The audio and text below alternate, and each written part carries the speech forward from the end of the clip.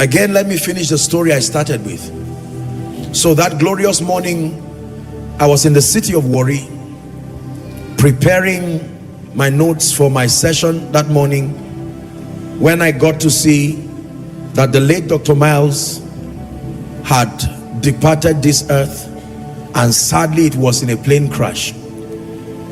I was quite devastated. I asked a lot of questions. Now I know better, haven't grown a lot more than I was then. You can imagine 2014. And I thought to myself, I said, my God, how brief life can be. You only need to be alive for a few weeks to learn the vanity of acquiring everything here and not having an eternal consolation. Our world is full of people today who have passed on to glory. It is in the matter of death that both the rich and the poor do not have any advantage against themselves and above themselves. When it has to do with the issue of death and transition beyond this realm, the rich is not greater than the poor. The educated is not more advantageous than the uneducated. Male, female, young, old.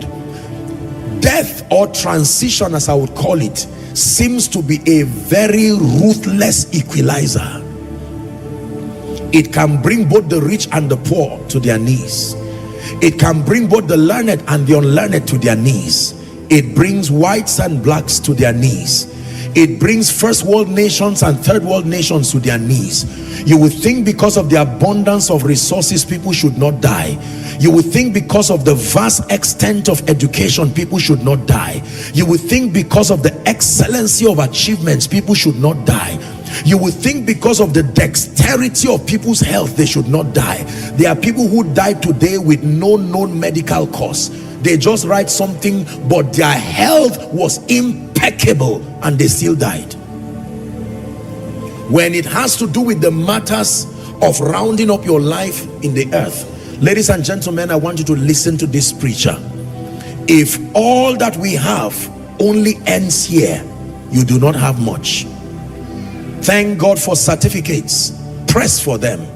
Thank God for secular achievements and achievements of any sort, press for them.